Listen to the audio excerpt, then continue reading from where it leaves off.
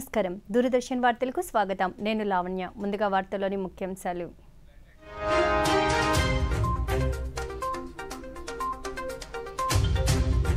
కువైట్లో ప్రధానికి ఘన స్వాగతం వాయుగుండం నేపథ్యంలో అధికారులందరూ అప్రమత్తంగా ఉండాలని ముఖ్యమంత్రి చంద్రబాబు నాయుడు ఆదేశం భారీ వర్షాల నేపథ్యంలో రైతులు ఆందోళన చెందవద్దన్న వ్యవసాయ శాఖ మంత్రి ప్రతి ధాన్యపు గింజను ప్రభుత్వమే కొనుగోలు చేస్తుందని అచ్చెన్నాయుడు హామీ అల్లూరి సీతారామరాజు జిల్లాలో పర్యటించిన ఉప ముఖ్యమంత్రి దింసా కళాకారులతో మాట్లాడిన పవన్ కళ్యాణ్ గుంటూరు అభివృద్ధికి నిరంతరం కృషి చేస్తున్నామన్న కేంద్ర గ్రామీణాభివృద్ధి శాఖ సహాయ మంత్రి డాక్టర్ పెమ్మసాని చంద్రశేఖర్ వార్తల్లోని వివరాలు ప్రధానమంత్రి నరేంద్ర మోదీ 2 రోజుల కువైట్ పర్యటన నిమిత్తం ఈ రోజు కువైట్ చేరుకున్నారు. కువైట్ ఉప ప్రధాని హెచ్ఈ షేక్ ఫహద్ యూసఫ్ సౌద్ అల్ సబా ఆ దేశ రక్షణ అంతర్గత మంత్రులు ప్రధానమంత్రి నరేంద్ర మోదీకి ఘన స్వాగతం పలికారు. కువైట్ నేత అమీర్ Sheikh Mishal Al Ahmad Al Jaber Al Sabah ఆహ్వానం మేరకు ప్రధాని 2 రోజుల కువైట్లో పర్యటించనున్నారు. గత 43 ఏళ్లలో కువైట్లో భారత ప్రధాని పర్యటించడం ఇదే తొలిసారి కావడం విశేషం.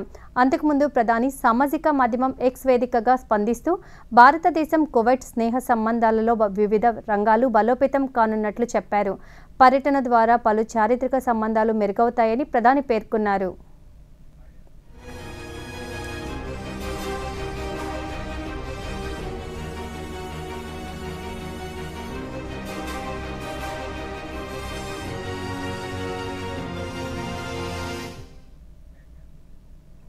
ప్రధానమంత్రి నరేంద్ర మోడీ కువైట్ పర్యటనలో భాగంగా సందర్భంగా కువైట్ సిటీలోని భారతీయ కళాకారుల ప్రదర్శనను వీక్షించారు. నగరంలోని ఒక హోటల్కు చేరుకున్న ప్రధానమంత్రి నరేంద్ర మోడీకి ప్రవాస భారతీయులు పలువురు ఘన స్వాగతం పలికారు. ఈ సందర్భంగా వారికి ప్రధాని అభివాదం చేశారు. సోషల్ మీడియాలో వచ్చిన అభ్యర్థన మేరకు కువైట్లో ఉంటున్న శతాధిక రిటైర్డ్ ఐఎఫ్ఎస్ అధికారి మంగల్ సైన్ హండాను కలిశారు. ఈ సందర్భంగా ఆయనను ఆప్యాయంగా ప్రధాని పలకరించారు. ప్రధానమంత్రి కువైట్ పర్యటనలో అరబిక్లోకి అనువదించబడిన రామాయణం మహాభారతంను పబ్లిషర్స్ ట్రాన్స్లేటర్ అబ్దుల్ లతీఫ్ అల్నెసెఫ్ ప్రధాని నరేంద్ర మోదీకి బహుకరించారు. ఈ సందర్భంగా ప్రధాని పవిత్ర గ్రంథాలపై సంతకాలు చేశారు.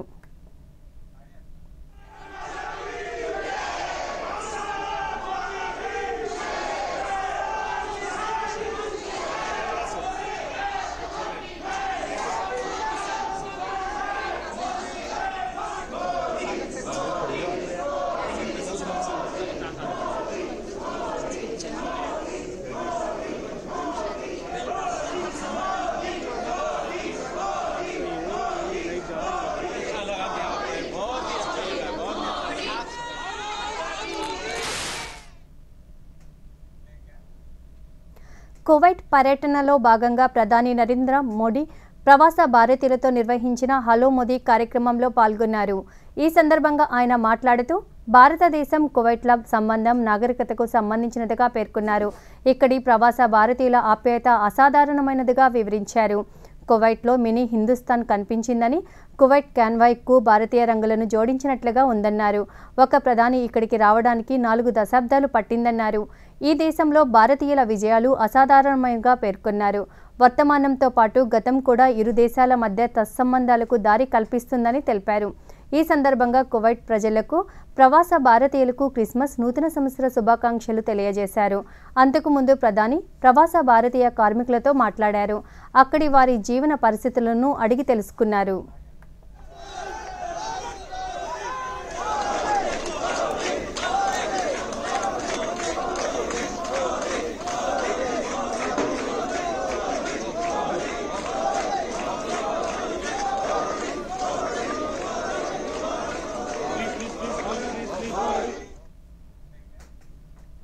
వాయుగుండం ప్రభావంతో ఉత్తరాంధ్రలో కురుస్తున్న భారీ వర్షాలపై ముఖ్యమంత్రి నారా చంద్రబాబు నాయుడు సమీక్ష సమావేశం నిర్వహించారు. ముఖ్యమంత్రి కార్యాలయ అధికారులు ఆయా జిల్లాలలో ప్రస్తుత పరిస్థితులను చంద్రబాబు నాయుడుకు వివరించారు. కలెక్టర్లు జిల్లా స్థాయిలో అధికారులు తీసుకుంటున్న చర్యలను ఆయన దృష్టికి తీసుకువచ్చారు. భారీ వర్షాలు ఉన్న ప్రాంతాలలో ప్రజలను అప్రమత్తం చేయడంతో పాటు పాఠశాలలకు సెలవులు ప్రకటించినట్లు అధికారులు వివరించారు. ఈ సందర్భంగా ముఖ్యమంత్రి మాట్లాడుతూ కొన్ని ప్రాంతాలలో పంటలు దెబ్బతిన్నాయని, వర్షాల అనంతరం పంట నష్టంపై విరాళాలు సేకరించి రైతులకు సాయం అందేలా చూడాలని ఆదేశించారు. భారీ వర్షాల సమాచారాన్ని ఎప్పటికప్పుడు రైతులకు అందించాలని సూచించారు. అన్ని స్థాయిల్లో అధికారులు పూర్తి అప్రమత్తంగా ఉండాలని ముఖ్యమంత్రి ఆదేశించారు.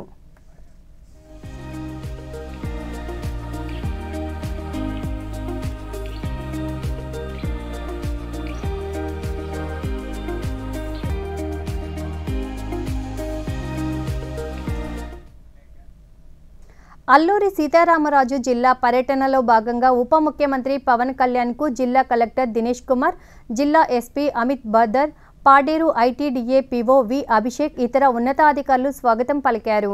అరకు ప్రాంత గిరిజన సాంప్రదాయ నృత్యం దింసాను ఉప ముఖ్యమంత్రి వీక్షించారు. దింసా కళాకారులతో ఉప ముఖ్యమంత్రి మాట్లాడి వారి పంటల సాగు, జీవనోపాధి తదితర అంశాలను అడిగి తెలుసుకున్నారు. ఈ సందర్భంగా పవన్ కళ్యాణ్ మాట్లాడుతూ గిరిజన ప్రాంతాల అభివృద్ధికి కూటమి ప్రభుత్వం కృషి చేస్తున్నట్లు తెలిపారు. గిరిజన ప్రాంతాలలో 105 కోట్ల రూపాయలకు పైగా నిధులతో రహదారుల నిర్మాణానికి భూమి పూజ చేసినట్లు తెలిపారు. 33 లక్షల రూపాయల రోడ్లను ఈ రోజున మనకి శంకుస్థాపన చేశాం. ఇది చేయగలిగానంటే ఇక్కడున్న యువతీ యువకులు పెద్దలందరూ కూడా మా కూటమి ప్రభుత్వాన్ని గెలిపించారు. నేను ఒకటే చెప్పాను, ప్రజలు మాకు ఓట్లు వేసినా వేగిపోయినా మేము మీకోసం పనిచేస్తాం. అది ఇప్పుడు నేను ఓట్ల కోసం మేము చేయలేం. మీ కష్టాల్లో, మీ కన్నీళ్లలో మేము ఉన్నామని చెప్పడానికి గిరిజన యువత, ముఖ్యంగా యువతీ యువకులు మీరు తలుచుకుంటే మార్పు వస్తుంది. గత ఎన్నికల్లో 6 నెలల క్రితం యువత ఒక బలంగా ఒక మాట అనుకున్నారు, మార్పు రావాలి అని. మీరు మార్పు వచ్చింది, మీకు రోడ్లు పడ్డాయి. మార్పు వచ్చింది. పంచాయతీ సర్పంచులకి విలువ లేని పరిస్థితుల్లో పంచాయతీ సర్పంచులు భుజాలు తలగరేసి మేము సర్పంచులను చెప్పుకునే స్థాయికి మేము పెట్టాం. మేము కూర్చొని వేరే ఏం మాట్లాడాలి. నేను మాట్లాడిందల్లా గిరిజన ప్రజల స్థితిగతుల గురించే మాట్లాడాను. దశాబ్దం కష్టపడ్డాను. నేను తిరిగాను, తిప్పలు పడ్డా, తిట్లు తిన్నా. కుటుంబాలను బెదిరించారు, ఆడపిల్లల్ని బెదిరించారు, ఇంట్లో ఆడపిల్లల్ని, భార్యని బెదిరించారు. ఒక డోలీ మోత మోగే ఒక గ్రామానికి రోడ్డు వేయగలిగితే సంతోషం. ఇన్ని తిట్లు పడ్డాగా నాకు ఎందుకు ఆనందం ఉందంటే, బాధ్యత తీసుకున్నట్టుగా తిట్లు పడతాయి. ఒక మంచి పని చేయడానికి ముహూర్తాలు ఉండవు. రోడ్డు వేయడం మంచి పని, దాహం తీర్చడం మంచి పని, అంగన్వాడీ బిల్డింగ్స్ కూలిపోతే వాటిని తిరిగి కట్టడం మంచి పని. మంచి పని చేసేవాడికి ఆపద ఉండదు. ఇక నేను పుట్టినప్పటి నుంచి నేను ఎవరికి ద్రోహం చేసిన వ్యక్తిని కాదు. బాగుండాలని కోరుకునేవాడిని. రాష్ట్రం బాగుండాలి. గుంటూరు అభివృద్ధికి నిరంతరం కృషి చేస్తున్నట్లు కేంద్ర గ్రామీణాభివృద్ధి కమ్యూనికేషన్ సహాయ మంత్రి డాక్టర్ పెమ్మసాని చంద్రశేఖర్ తెలిపారు. గుంటూరు జిల్లాలో అమలవుతున్న పథకాలపై ఈరోజు కలెక్టరేట్లో 20 సూత్రాల పథకం అమలు చైర్మన్ లంకా దినకర్తో కలిసి కేంద్ర మంత్రి అధికారులతో సమీక్ష సమావేశం నిర్వహించారు. ఈ సందర్భంగా పలు అంశాలపై చర్చించారు. ఈ సందర్భంగా కేంద్ర మంత్రి మాట్లాడుతూ ప్రతి 3 నెలలకు ఒకసారి సమీక్షలు నిర్వహిస్తూ పథకాలు సమర్థవంతంగా అమలయ్యేందుకు కృషి చేస్తామన్నారు. ఇంప్రూవ్ చేయొచ్చు అనేది పథకాలు దాదాపు 10 సంవత్సరాల నుంచి ఉన్నటువంటి పథకాలు, అద్భుతమైన పథకాలు. 1-2 ఇప్పుడు సోలార్ పవర్ తప్పిస్తే మిగిలిన అన్ని జల్ జీవన్ మిషన్ కానీ ఇంకోటి కానీ ఇవన్నీ ఎప్పటి నుంచో ఉన్నటువంటి పథకాలు. 14-19 మధ్య అద్భుతంగా ఇవన్నీ అమలు జరిగినాయి. గత 4-5 సంవత్సరాల షిప్ ఉండి ప్రాపర్ రివ్యూస్ కండక్ట్ చేసి ఫ్రీక్వెంట్గా వాటిని పెట్టుకొని అకౌంటబిలిటీ క్రియేట్ చేస్తారో అక్కడ మంచిగా జరుగుతూ ఉన్నాయి. అవి లేని చోట ఇబ్బంది జరుగుతూ ఉన్నాయి. ఇండివిజువల్ మినిస్టర్స్ చేస్తూ ఉన్నారు, గుంటూరు పరిధిలో మేము చేస్తూ ఉన్నాం. సో ఈ విధంగా మల్టిపుల్ పీపుల్ చేయటం వల్ల డెఫినెట్గా అకౌంటబిలిటీ పెరుగుతుందని మేము ఆశిస్తూ ఉన్నాం. ఇలా కంటిన్యూస్గా ఎవ్రీ 3 months చేస్తే వీటన్నిటిని మ్యాక్సిమం ఒక 80-100% యూసేజ్ తీసుకొచ్చే విధంగా డెఫినెట్గా చంద్రబాబు గారు, మా ప్రభుత్వం, కూటమి ప్రభుత్వం తప్పనిసరిగా ప్రయత్నిస్తుంది. గత 5 సంవత్సరాలు ఏమీ జరగనటువంటి వాటిని 1 by 1 పికప్ చేస్తూ ఉన్నారు. కూడా కష్టపడి ఈ గుంటూరు ప్రాంతాన్ని ఎలా డెవలప్ చేయాలనేటువంటి నిరంతర శ్రమలో ఉన్నారని తెలియజేసుకుంటూ, ఇందులో జలజీవన్ మిషన్ అనేది మన రాష్ట్రానికి జగన్మోహన్ రెడ్డి గారు గత 5 సంవత్సరాల్లో 2,000 కోట్లు మ్యాచింగ్ చేసి ఆయన ఒక 5-6 వేల కోట్లు కనుక పెట్టుంటే 20,000 కోట్లతో ఈ మొత్తం ప్రతి గ్రామానికి, ప్రతి ఇంటికి కనెక్షన్ వచ్చేది. కేంద్ర ప్రభుత్వ సంపూర్ణ సహకారంతో రాష్ట్రంలో కూటమి ప్రభుత్వం సుపరిపాలన అందిస్తుందని రాష్ట్ర వ్యవసాయ శాఖ మంత్రి కింజరాపు అచ్చెన్నాయుడు తెలిపారు. శ్రీకాకుళం జిల్లా టెక్కిలిలో ఈరోజు ఆయన మీడియాతో మాట్లాడుతూ ప్రజాప్రతినిధులు చేస్తున్న సమిష్టి కృషితో ప్రగతి సాధిస్తున్నామన్నారు. గత ప్రభుత్వం సాగునీటి రంగాన్ని నిర్వీర్యం చేసిందన్నారు. రాష్ట్ర వ్యాప్తంగా కురుస్తున్న వర్షాలతో రైతులు ఆందోళన చెందవలసిన అవసరం లేదని, ప్రతి ధాన్యపు గింజను ప్రభుత్వమే కొనుగోలు చేస్తుందన్నారు. నగదును సైతం రైతుల ఖాతాల్లో ఒక్క రోజులోనే జమ చేస్తున్నామన్నారు. చెప్పలేనటువంటి సమస్యలు క్రియేట్ చేశారు. మొత్తం వ్యవస్థలన్నీ చిన్నాభిన్నం చేశారు. ప్రభుత్వ నిర్ణయాలు, ప్రభుత్వ కార్యక్రమాలు అమలు చేయాలో అధికారులు అలసత్వంతో ఉన్నారు. వారికి గాడిలో పెట్టి పని చేయించాలంటే చాలా ఇబ్బంది వచ్చింది. అధికారుల్ని అస్తవ్యస్తం చేశారు. ఈ రాష్ట్రంలో అన్నింటికీ మించి ఆర్థిక వ్యవస్థ కుప్పకూలిపోయింది. చరిత్రలో ఏ ఒక్క ముఖ్యమంత్రి 5 సంవత్సరాల్లో చేయనటువంటి అప్పు గత 5 సంవత్సరాల్లో 13 లక్షల కోట్లు అప్పు చేశాడు. ఇన్ని సమస్యలు ఈ ప్రభుత్వానికి వచ్చాయి. దీనన్నింటికీ మించి గర్వంగా చెప్తున్నాం, 6 మాసాల్లో వ్యవస్థలన్నీ గాడిలో పెట్టాం. ఆర్థిక వ్యవస్థని ఒక క్రమశిక్షణలో పెట్టాం.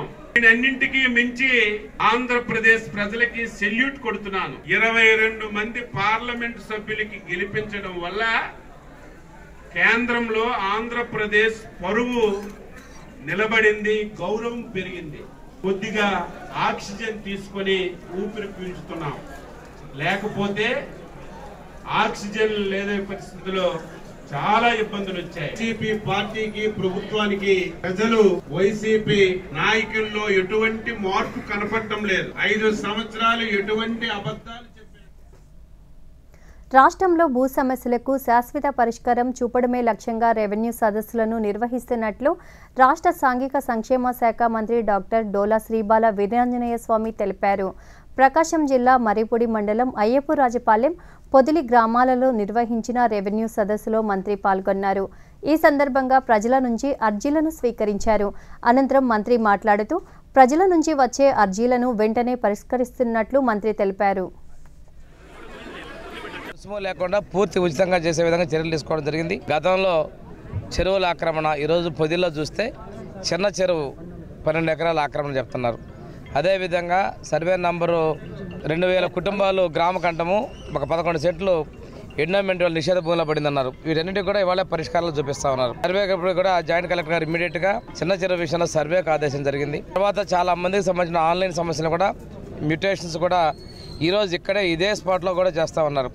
అంటే సమస్యలే తక్షణ పరిష్కారమే కాకుండా సమయం ఈ డేట్లు అయిపోయిన తర్వాత ఇంకొక 45 రోజుల లోపల వీటికి నిర్దేశితంగా టైం పెట్టుకున్నారు. ప్రతిరోజు ఎన్ని సమస్యలు పరిష్కారం చేయాలో, ఎందుకు చేయలేకపోయారు, వాటిని ఎప్పుడు పరిశీలిస్తారనేటువంటి జిల్లా స్థాయిలో కలెక్టర్, జాయింట్ కలెక్టర్ ఆధ్వర్యంలో వాటిని మళ్ళీ కూడాను వాళ్ళు రివ్యూ చేసుకోవడం కూడా జరుగుతూ ఉంది. భూములు ఇక్కడ మనం తీసుకుంటే మన జిల్లాలో 1,40,000 భూముల్ని ఫ్రీ హోల్డ్ చేస్తే అందులో 17,000 పైచిలకు అక్రమాలు జరిగాయని కూడా నిర్దేశం జరిగింది. ఇక్కడ ఈ పొదిలి మండలంలో కూడా సుమారు 700 ఎకరాల అన్యాక్రాంతం జరిగింది. వీటన్నిటిని యజమానులకి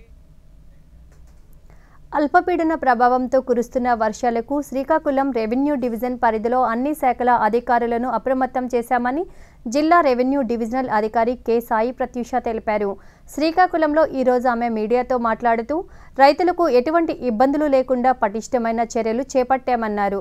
వరి కోతలు ముమ్మరంగా జరిగే సమయంలో అకాల వర్షాలు పడడంతో రైతులు తీవ్రమైన మానసిక ఒత్తిడికి గురవడంతో పాటు ఆందోళన చెందడం కనిపిస్తుందన్నారు. రైతులు ఎటువంటి ఆందోళన చెందవలసిన అవసరం లేదని ఆమె స్పష్టం చేశారు. అంగన్వాడీ కేంద్రాలకు శ్రీకాకుళం జిల్లా కలెక్టర్ స్వప్నల్ దినకర్ పుణ్కర్ సెలవు ప్రకటించినట్లు తెలిపారు. కూడా దాన్ని మిల్కి తీసుకొస్తే దాన్ని తీసుకొని దాన్ని సేఫ్ కస్టడీలో ఉంచమని మేము చెప్పాము. అలాగే అగ్రికల్చర్ ఆఫీసర్ అందరికీ, విలేజ్ అగ్రికల్చర్ అసిస్టెంట్స్ అందరికీ ఒకసారి వాళ్ళ విలేజ్లో మొత్తం చూసి ఎక్కడైనా ప్యాడీ హీప్స్లో లేకుండా రోడ్ మీద కానీ లేకపోతే ఇంకా కోత కోయకుండా ఉంటే దాన్ని ఎలాగైనా సరే పరిరక్షించి టార్ప్లిన్ షీట్స్ ఇంకేమైనా కావాలంటే మేము ప్రొక్యూర్ చేసి ఇస్తామని కూడా చెప్పడం జరిగింది. సో రైతులందరూ ఈ అవకాశాన్ని సద్వినియోగం చేసుకొని టార్ప్లిన్ షీట్స్ కానీ ఏమైనా లేకపోతే అక్కడున్న ఆర్ఎస్కేలో విలేజ్ అగ్రికల్చర్ అసిస్టెంట్స్ని అడగడం ద్వారా టార్ప్లిన్ షీట్స్ ఇవ్వడం జరుగుతుంది. అలాగే ప్రొక్యూర్మెంట్కి సంబంధించి ఏమైనా ఇబ్బందులు ఉన్నా విలేజ్ అగ్రికల్చర్ అసిస్టెంట్ని కానీ విఆర్ఓని కానీ కన్సల్ట్ చేయడం ద్వారా వాళ్ళు మీకు ప్రొక్యూర్మెంట్కి మిల్కి తీసుకురావడానికి ఆ ప్యాడీని హెల్ప్ చేస్తారు. అలాగే ఏ అవసరం ఉన్నా కూడా సో ఈ వానకి ప్యాడీ తడవకుండా రైతులు నష్టపోకూడదని మేము కూడా కోరుకుంటున్నాం. సో రైతులందరూ కూడా అప్రమత్తంగా ఉండి ఎక్కడైనా ప్యాడీ తడిచిపోతుంది అని మీకు అనిపిస్తే వెంటనే అధికారులకి ఇన్ఫార్మ్ చేస్తే దాన్ని సేఫ్ కస్టడీలోకి చేర్చడం జరుగుతుంది. వార్తల్లో చిన్న విరామం. 605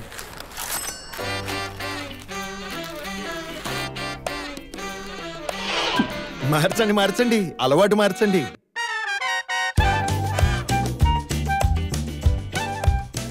మార్చండి మార్చండి, అలవాటు మార్చండి. ఇప్పుడు దగ్గరలో ఉన్న బ్యాంకుకి వెళ్లి పాత నోట్లు మార్చండి. బ్యాంక్ వీల్లేదంటే ఆర్బీఐ ఒంబడ్స్మన్ కి ఫిర్యాదు చేయండి. ఆర్బీఐ అంటుంది, విషయాలు తెలుసుకోండి, జాగరూకంగా ఉండండి. The Financial and Tax Literacy Directorate of the Institute of Chartered Accountants of India is on a mission to make India financially literate. With the motto Har Jan Har Man Vittya Gyan Se Sampann, the FTL Directorate simplifies complex financial topics like savings, investment, financial frauds, budgeting in 12 regional languages and makes them accessible to everyone. For more information, visit www.vittyaGyan.icai.org.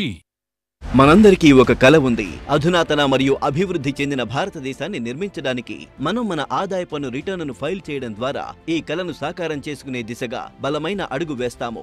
ఒకవేళ మీరు 2024-25 అంచనా సంవత్సరానికి సంబంధించి మీ ఆదాయ పన్ను రిటర్నును సకాలంలో file చేయలేకపోతే చింతించకండి. ఆలస్య రుసుముతో మీ ఆలస్యపు ఆదాయ పన్ను రిటర్నును ఫైల్ చేయడానికి చివరి తేదీ 31 డిసెంబర్ 2024. మీరు ఇప్పటికే 2024-25 అంచనా సంవత్సరానికి రిటర్న్లను ఫైల్ చేసి అందులో ఏవైనా పొరపాట్లు చేసి ఉంటే మీ సవరించిన రిటర్నును ఫైల్ చేయడానికి ఇది సరైన సమయం. 31 డిసెంబర్ 2024. మరింత సమాచారం కోసం మరియు ఇన్కమ్ ట్యాక్స్ రిటర్న్ ఫైల్ చేయడం కోసం సందర్శించండి incometax.gov.in. ఈ ప్రాసెస్ సులభం మరియు పూర్తిగా ఆన్లైన్. ప్రతి ఆదాయ పన్ను చెల్లింపుదారు ఒక జాతి నిర్మాత. వార్తలకు తిరిగి స్వాగతం. తపాలా స్టాంపుల సేకరణ ద్వారా విజ్ఞానాన్ని పెంచుకోవచ్చని విజయవాడ పోస్ట్ మాస్టర్ జనరల్ డిఎస్విఆర్ మూర్తి అన్నారు. ప్రకాశం జిల్లా ఒంగోలులో 2 రోజుల నుంచి జరుగుతున్న ప్రకాశం పెక్స్ 2024 స్టాంపుల ప్రదర్శన ఈ రోజు ముగిసింది. ఈ సందర్భంగా కందుల ఓబులరెడ్డి గుడ్లకమ్మ ప్రాజెక్టుపై ప్రత్యేక పోస్టల్ కవర్ను ఆయన విడుదల చేశారు. ఫిలాటెలీ ప్రదర్శన సందర్భంగా విద్యార్థులకు నిర్వహించిన వివిధ పోటీలలో విజేతలకు బహుమతులను ప్రదానం చేశారు. అనంతరం ఆయన మాట్లాడుతూ ప్రతి ఏటా ఒక్కో ప్రాంతంలో ఫిలాటెలీ ప్రదర్శన నిర్వహిస్తామన్నారు. స్టాంపుల సేకరణలో 85 అంశాలకు సంబంధించి దాదాపు 10,000 స్టాంపులను ప్రదర్శించడం అభినందనీయమన్నారు. కండక్ట్ చేయడం జరిగింది. ప్రతి సంవత్సరం ఒక్కొక్క డిస్ట్రిక్ట్లో ఇవి చేస్తూ ఉంటాం. ఈసారి ఇప్పటి వరకు ఇక్కడ జరగలేదు ఇంత పెద్ద డిస్ట్రిక్ట్లో అని ఇక్కడ కండక్ట్ చేసినప్పుడు ఈ రెస్పాన్స్ చాలా ఉత్సాహంగా ఉంది. ఈ విజిట్ చేసిన వాళ్ళు కానీ, పార్టిసిపేట్ చేసిన వాళ్ళు కానీ, దూర ప్రాంతాల నుంచి వచ్చి ఇక్కడ పార్టిసిపేట్ చేసిన వాళ్ళు కానీ, వివిధ రకాల సేవల్లో అడుగు పెడుతూ కూడా బేసిక్ కోర్ సర్వీసెస్, మెయిల్స్, ఇలాంటి కింగ్ ఆఫ్ హాబీస్ అంటారు ఫిలాటలీని. అంటే ఈ స్టాంపుల ద్వారా ఈ నాలెడ్జ్, ఆ టచ్ అండ్ ఫీల్ని పబ్లిక్లోకి తీసుకువెళ్లే ప్రయత్నంగా ఇలాంటి ఎగ్జిబిషన్స్ నిర్వహిస్తుంటాం.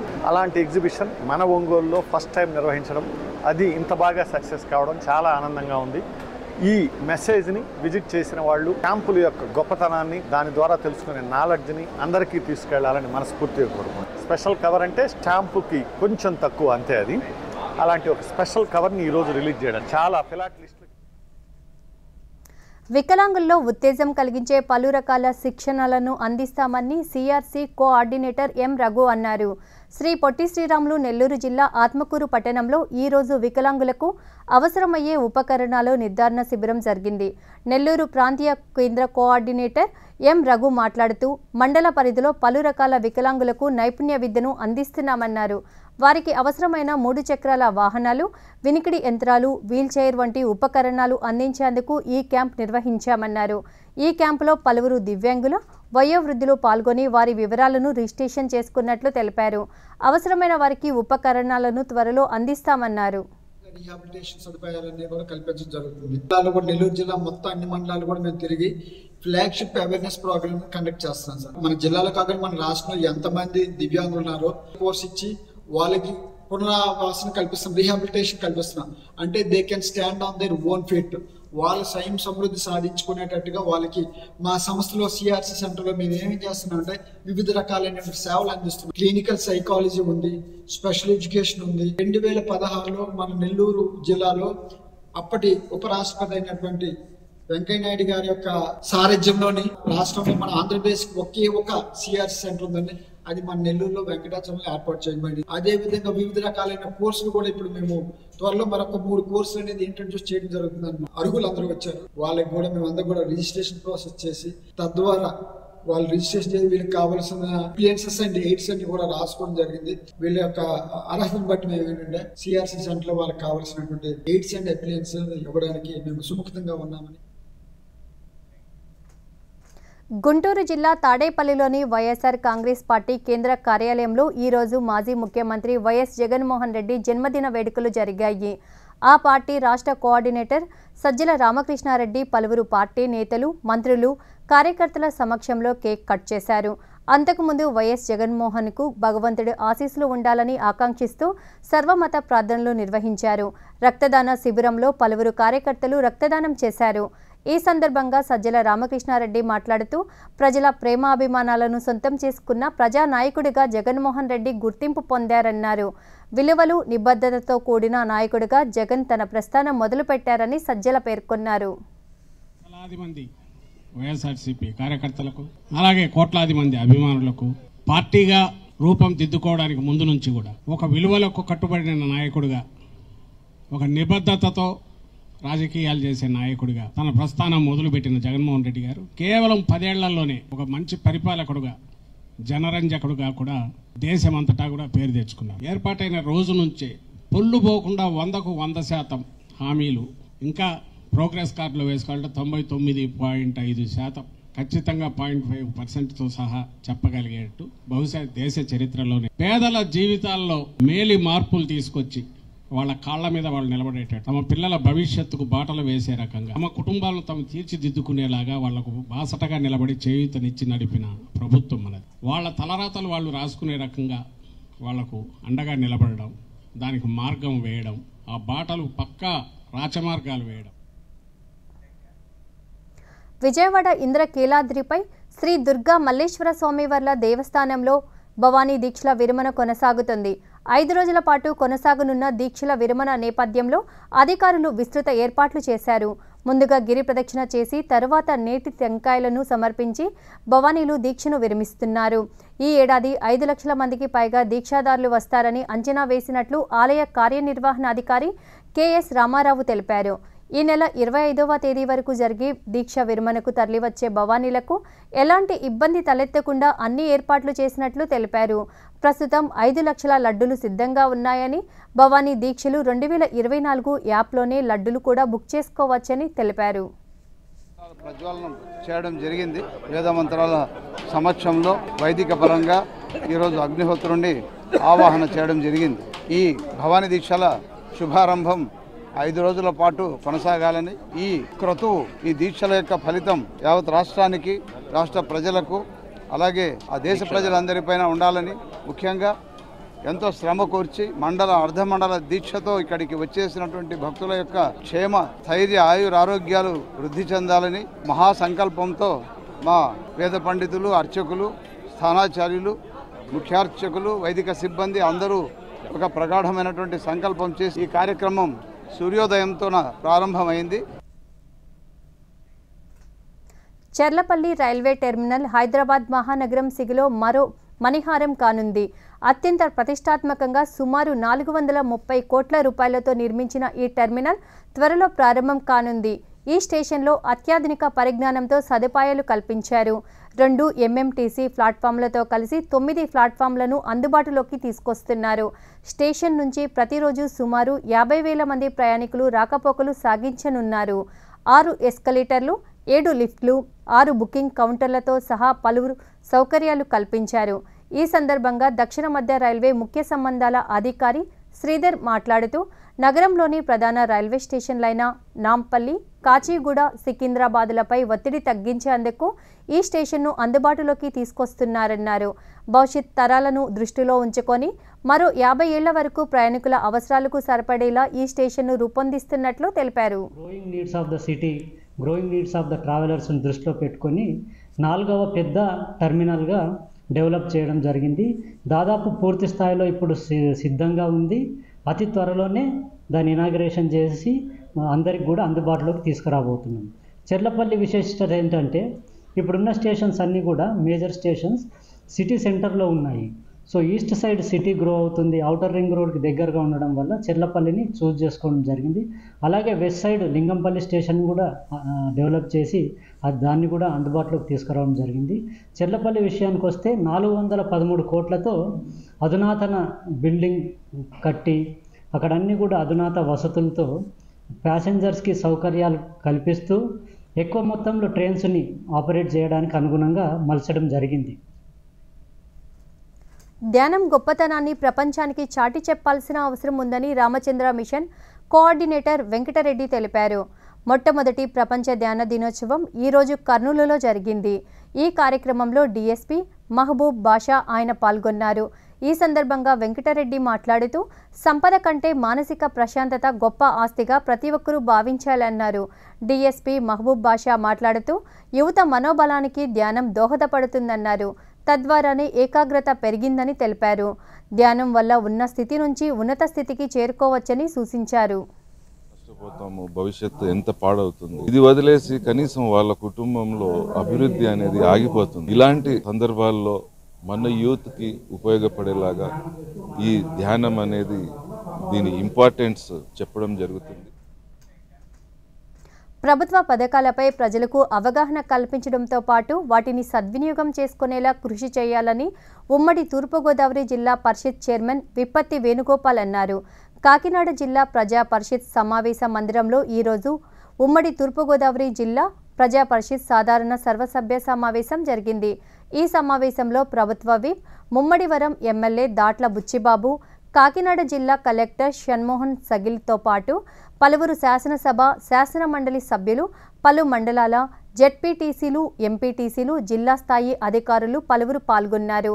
ఈ సందర్భంగా జిల్లా పరిషత్ చైర్మన్ విప్పర్తి వేణుగోపాల్ మాట్లాడుతూ అధికారులను, ప్రజాప్రతినిధులను సమన్వయపరచడంలో పంచాయతీరాజ్ శాఖ చాలా కీలకమన్నారు.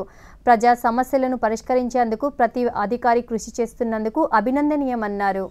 ప్రజా సమస్యలను ఆయా జిల్లా స్థాయి అధికారుల ద్వారాను, మండల స్థాయి అధికారుల ద్వారాను పరిష్కరించే విధంగా కృషి చేస్తున్నందుకు వారికి హృదయపూర్వక అభినందనలు తెలియజేస్తూ ప్రపంచానికి యోగాను, ధ్యానాన్ని పరిచయం చేసిన ఘనత ప్రధానమంత్రి నరేంద్ర మోదీకే దక్కుతుందని శ్రీకాకుళం శాసనసభ్యులు గొండు శంకర్ అన్నారు. ప్రపంచ ధ్యాన దినోత్సవ వేడుకలు ఈరోజు శ్రీకాకుళంలోని అంబేద్కర్ ఆడిటోరియంలో జరిగాయి. ఈ సందర్భంగా ఆయన మాట్లాడుతూ ధ్యానం, యోగాలతో మానసిక ఉల్లాసం, ఆనందం, సంపూర్ణ ఆరోగ్యం లభిస్తుందన్నారు. తద్వారా మానసిక, శారీరక ఒత్తిళ్లను జయించి సంపూర్ణ ఆరోగ్యవంతులుగా జీవించవచ్చన్నారు. నిత్య జీవితంలో ప్రతిరోజు కొంత సమయం ధ్యానం, యోగా సాధనకు కేటాయిస్తే ఒత్తిడి లేని సమాజాన్ని నిర్మించుకోవచ్చని అన్నారు. ప్రపంచవ్యాప్తంగా తెలియజేసి దాని యొక్క ప్రాముఖ్యత ఏదైతే యోగాకి ఇంటర్నేషనల్ యోగా డే అనేది జూన్ 21, అలాగే డిసెంబర్ 21ని మనం వరల్డ్ మెడిటేషన్ డేగా కూడా డిక్లేర్ చేయడం యునైటెడ్ నేషన్ చాలా సంతోషదాయకం. దీనికి కృషి చేసినటువంటి ప్రధానమంత్రి వర్యులు నరేంద్ర మోడీ గారికి, అలాగే రాష్ట్ర ముఖ్యమంత్రి వర్యులు గౌరవనీయులు శ్రీ నారా చంద్రబాబు నాయుడు గారికి నా హృదయపూర్వక ధన్యవాదాలు తెలియజేసుకుంటూ మెడిటేషన్ చేయడం అనేది తప్పనిసరిగా చేసుకున్నట్లయితే మనం ఆనందమైన జీవితం. పశ్చిమ మధ్య బంగాళాఖాతంలో వాయుగుండం కొనసాగుతుంది. ఇది ఆంధ్రప్రదేశ్ తీరానికి ఆనుకొని గత 6 గంటలలో గంటకు 7 కిలోమీటర్ల వేగంతో తూర్పు ఈశాన్య దిశగా కదులుతుంది. ఇది ప్రస్తుతానికి చెన్నైకి తూర్పు ఈశాన్యంగా 450 కిలోమీటర్ల, విశాఖపట్నానికి 440 కిలోమీటర్లు, గోపాల్పూర్కి 600 కిలోమీటర్ల దూరంలో కేంద్రీకృతమైంది. ఇది నిదానంగా తూర్పు ఈశాన్య దిశగా కదులుతూ తదుపరి 12 గంటల పాటు దాని తీవ్రతను కొనసాగిస్తుందని రాష్ట్ర విపత్తుల నిర్వహణ సంస్థ అధికారులు తెలిపారు.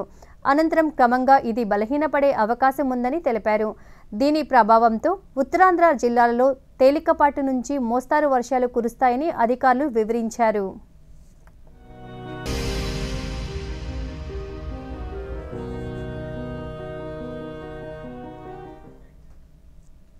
ప్రధానమంత్రి నరేంద్ర మోదీ తన మనసులోని భావాలను దేశ ప్రజలతో పంచుకునే మన్ కీ బాత్ కార్యక్రమం 117వ సంచిక ఈ నెల 29వ తేదీ ఆదివారం ఉదయం 11 గంటలకు ప్రసారమవుతుంది.